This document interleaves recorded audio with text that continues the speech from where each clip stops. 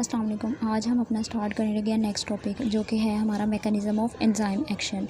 सबसे पहले थोड़ा सा एंजाइम को रिवाइज़ कर लेते हैं कि एंजाइम है क्या। एंजाइम हमारे पास है 3 डायमेंशनल ग्लोबुलर प्रोटीन। इसकी स्पेसिफिक शेप होती है और स्पेसिफिक केमिकल कंपोजिशन होती है। स्पेसिफिक केमिकल कंपोजिशन किस वजह से है कि अमीनो एसिड्स की जो है इसमें मौजूद होते हैं। अब हम अपने मेन टॉपिक की तरफ आ जाते हैं कि एंजाइम जो है वो किस तरह एक्शन परफॉर्म करते हैं। अब हमने कहा कि एंजाइम जो है अपने साथ स्पेसिफिक सबस्ट्रेट को बाइंड करता है, लेकिन एंजाइम को कैसे पता चलेगा मैंने कौन से सबस्ट्रेट को अपने साथ बाइंड करवाना है। इतने सारे सबस्ट्रेट वहाँ पे एट अ टाइम मौजूद होंगे, तो इसके लिए हमारे पास हमने पढ़ा था कि एंजाइम के पास एक स्पेसिफिक चार्ज बेयरिंग साइट होती है। ठीक है, एंजाइम के पास स्पेसिफिक चार्ज बेयरिंग साइट होती है जिसको हम क्या कहते हैं, एक्टिव साइट। अब इस एक्टिव साइट ने बताना है एंजाइम को कि तुमने कौन से सबस्ट्रेट के साथ जाके अपने आप को बाइंड करवाना है, कौन से सबस्ट्रेट पे तुमने एक्ट करना है। अब एक्टिव साइट किस तरह बताएगी एंजाइम को। एक्टिव साइट के पास 2 डेफिनेट रीजन्स होते हैं जो कि दोनों ही अलग-अलग अपना फंक्शन परफॉर्म करती हैं। पहली जो हमारे पास है इसका रीजन वो होगी बाइंडिंग साइट। इसका एक अलहदा फंक्शन होगा और हमारे पास दूसरी जो साइट है वो होगी कैटालिटिक साइट। इसका एक अलहदा फंक्शन होगा। अब बाइंडिंग साइट का पहले देख लेते हैं। बाइंडिंग साइट ने एक तो क्या करवानी है, रिकॉग्निशन। रिकॉग्निशन किसकी करवानी है, सबस्ट्रेट की। रिकॉग्निशन मतलब कि पहचान। ठीक है, और दूसरा इसने क्या करवानी है, बाइंडिंग। ठीक है, ज़ाहिर है रिकॉग्निशन होगी, उसको पता चल गया एंजाइम को कि मैंने कौन से सबस्ट्रेट पे बाइंड करना है। या एंजाइम की फ़र्ज़ कर लो कि हमारे पास इस तरह स्क्वायर शेप है। अब सबस्ट्रेट हमारे कुछ इस तरह पड़े हुए हैं, कुछ इस शेप में पड़े हुए हैं। ठीक है, रेक्टेंगल में, कुछ स्क्वायर में पड़े हुए हैं।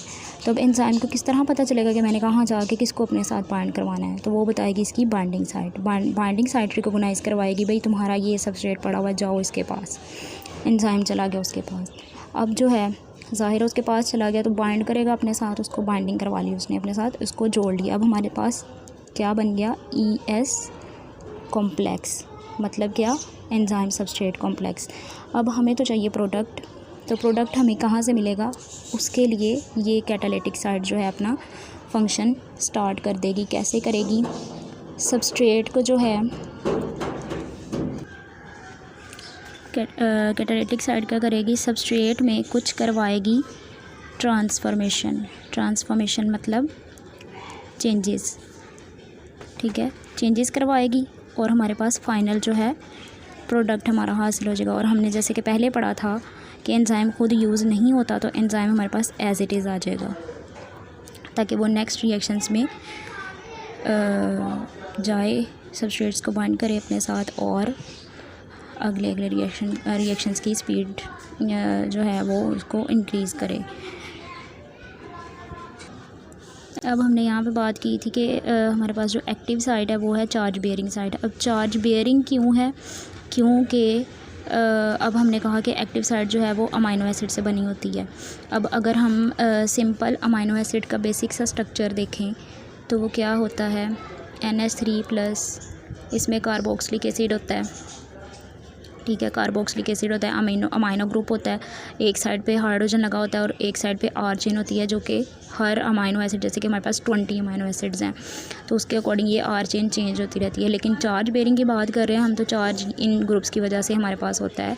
ठीक है, तो चूँकि एक्टिव साइट हमारी अमाइनो एसिड से बनी होती है और अमाइनो एसिड के पास ये 2 ग्रुप्स होते हैं, इन पर चार्ज होता है, इस वजह से हमने कहा कि एक्टिव साइट जो है चार्ज बेयरिंग है। अब यहाँ पे एक बात जो है मतलब कि नोट के तौर पे, नोट की हेडिंग मेंशन करके उसमें ऐड कर लें कि जो एंजाइम्स हैं ना वो स्पेसिफ़िकली एक्वस मीडियम में अपना फंक्शन परफॉर्म करते हैं। ठीक है, इनको अपने फंक्शन परफॉर्म करने के लिए एक्वस मीडियम चाहिए होता है। एक्वस का क्या मतलब है, वाटर। ठीक है, परफॉर्मेंस के लिए वाटर एक इम्पॉर्टेंट है इनके लिए।